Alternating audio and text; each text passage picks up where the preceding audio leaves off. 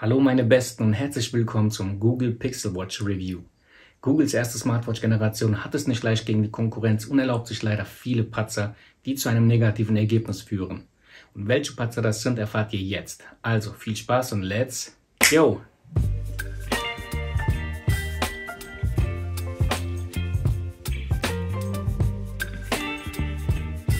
Google kann Design, das haben sie schon oft mit den unterschiedlichsten Produkten bewiesen, so auch mit der Pixel Watch.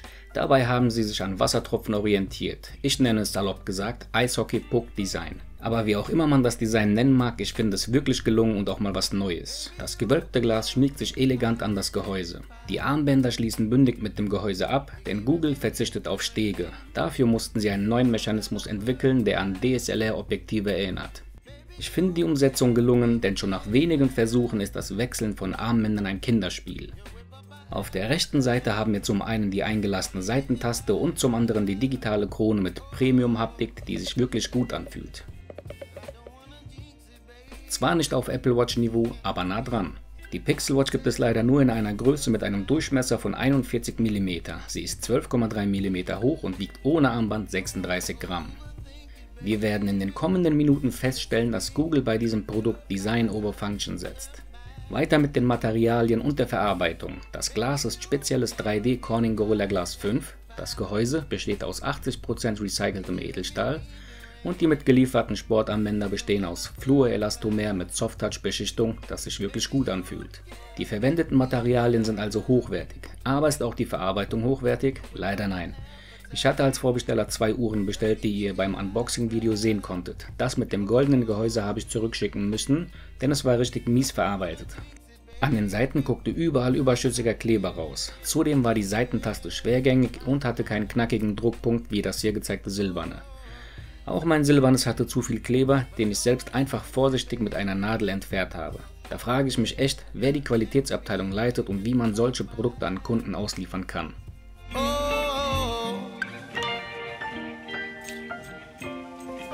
Das Display ist ein OLED-Panel, das bis zu 1000 Nit hell werden kann. Die Pixeldichte beträgt knackig scharfe 320 ppi im Normalbetrieb, aber im AOD, also im Always-on-Display-Modus, verringert die Uhr die Auflösung, was meiner Meinung nach unschön ist. Die Reduzierung hilft natürlich beim Akkusparen, aber das will ich nicht. Ich will stets die volle Auflösung, aber das lässt Google nicht zu und zwingt mir diesen unscharfen Anblick auf. Und auch der dicke Rand fällt ab und an negativ auf, obwohl Google das oft geschickt kaschieren kann.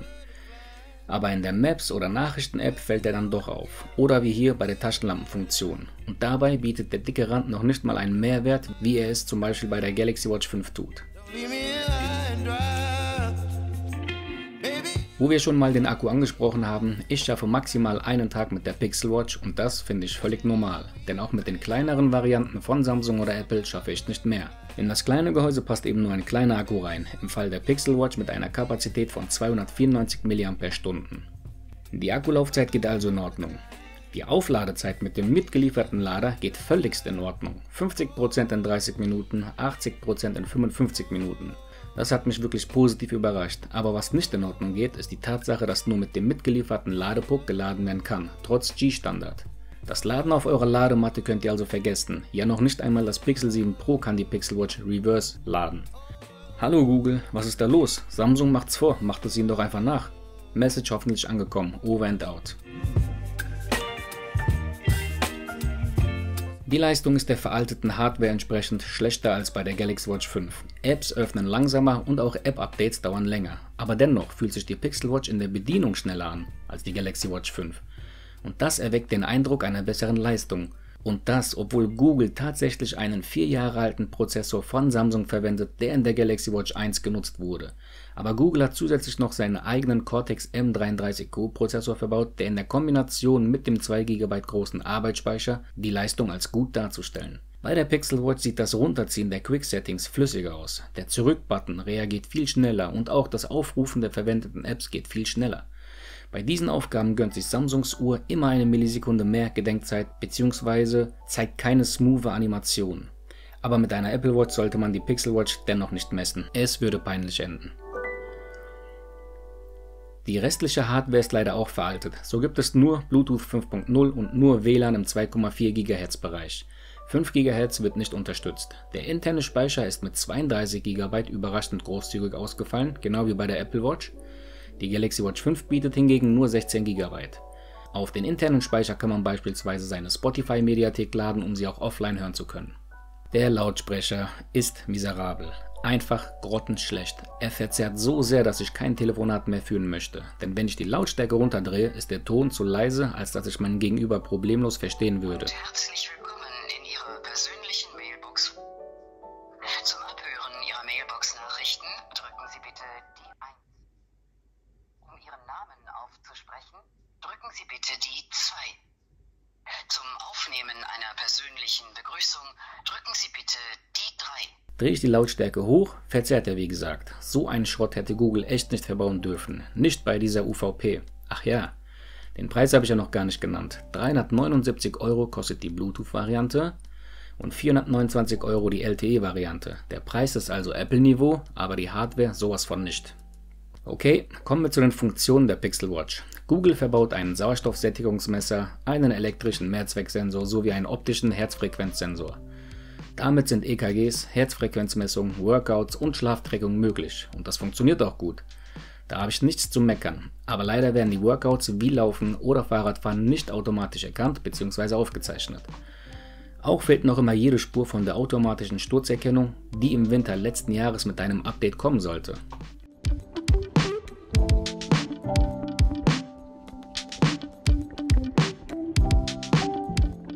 Um mal wieder etwas Positives zu berichten, sage ich etwas zu den Watchfaces. Diese sind wirklich gelungen und das meine ich absolut ernst.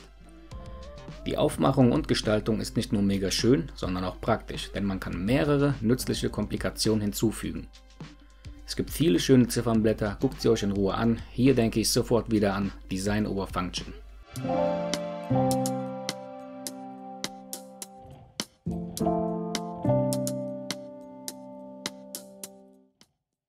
Okay, kommen wir zur Software. Auf der Pixel Watch läuft Wear OS in der Version 3.5. Das basiert leider noch immer auf Android 11 und hinkt somit 2 Jahre hinterher. Googles Version ist anders aufgebaut als Samsungs. Und mit anders meine ich, dass Googles Version schlechter ist als Samsungs. Lasst es mich erklären. Fangen wir mit Samsungs Version an. Von oben runterwischen bringt uns die Schnelleinstellungen. Von unten hochwischen zeigt uns alle Apps. Von links nach rechts wischen zeigt uns unsere Benachrichtigung. Und von rechts nach links wischen bringt uns zu den Widgets. 4 Seiten bzw. Wischgesten und 4 verschiedene Funktionen. Jetzt ist Google dran. Von oben nach unten bringt uns die Schnelleinstellung, von unten nach oben die Benachrichtigung, das ist der erste Unterschied. Von links nach rechts bekommen wir die Widgets angezeigt und von rechts nach links nochmal Widgets. Wait, what? Warum? Ja, ich kann mir denken warum. So ist das erste Widget auch das letzte Widget, wenn man entgegenwischt. Das ist der zweite Unterschied und dieser bringt einen enormen Nachteil für mich mit. Es gibt keine Wischgeste wie bei Samsung, um alle Apps anzuzeigen. Ja, selbst bei den Pixel Phones zeigt die Wischgeste von unten nach oben immer alle Apps an. Aber bei der Watch muss ich unbedingt die Krone dafür drücken. Das ist inkonsistent und verwirrt uns Nutzer nur. Wenn ich das mit einem Finger mache, verschiebt sich die Uhr.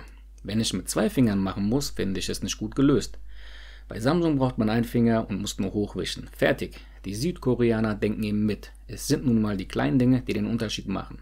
Jetzt kommt weiteres Gehate. Der Dezember Feature Drop brachte neben Stabilisierung und Sicherheit auch Fitbit Sleep Profile. Schön und gut, allerdings muss man Fitbit Premium Kunde sein, also monatlich zahlender Kunde, um diese neue Funktion nutzen zu können. Und genau das geht mir gegen den Strich. Fitbit Premium geht mir gegen den Strich, denn man zahlt schon einen Haufen Geld für die Pixel Watch und soll noch für den Fitbit Service zahlen. Google, du hast die doch nicht mehr alle. Und das für eine nicht ausgereifte erste Generation, die so schlecht ist, dass ihr sie den Vorbestellern gratis mitgegeben habt.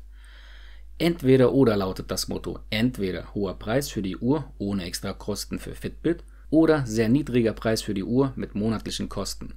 Weder Apple noch Samsung bittet seine Kunden nach dem Kauf für Services zur Kasse, wie es Google macht. Und dabei bieten sie sogar mehr Funktionen. Samsungs Galaxy Watch zum Beispiel zeigt einem die Körperzusammensetzung, trackt automatisch Workouts, Schlafprofile sind kostenlos und so weiter und so fort. Ja, Google, kostenlos.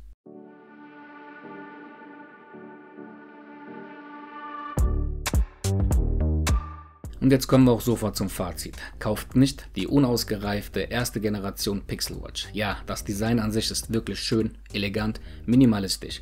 Die Ziffernblätter sind mit viel Liebe gemacht und schön anzusehen, aber der dicke Rand ohne Funktion trübt das Ganze. Die Hardware ist veraltet und da kann die Software nun mal keine Wunder vollbringen. Es gibt keine automatische Workout-Erkennung und um alle Fitbit-Funktionen nutzen zu können, muss man ein Abonnement abschließen. Ich weiß wirklich nicht, was Google da geritten hat und mit den eben genannten Patzern bzw. Negativpunkten hätte ich mich sogar anfreunden können, aber die kommenden 2 Negativpunkte sind für mich ein absolutes No-Go. Zum einen die nicht intuitive und schlecht umgesetzte Bedienung, dass es besser geht, zeigt Samsung mit seiner Galaxy Watch, und zum zweiten der übertrieben schlechte Lautsprecher, der extrem störend verzerrt. Ich telefoniere oft mit meiner Smartwatch und da muss dieser Punkt einfach stimmen. Google hinkt in puncto Smartwatch einfach Generationen hinterher und daran sind sie selbst schuld. Sie haben diese Kategorie und auch Wear OS jahrelang vernachlässigt. Jetzt dürfen sie sich nicht wundern, dass die Pixel Watch mit der inzwischen ausgereiften Konkurrenz verglichen wird und dabei schlechter abschneidet. Das war's von diesem Video, bleibt gesund und bis zum nächsten Mal. Ciao.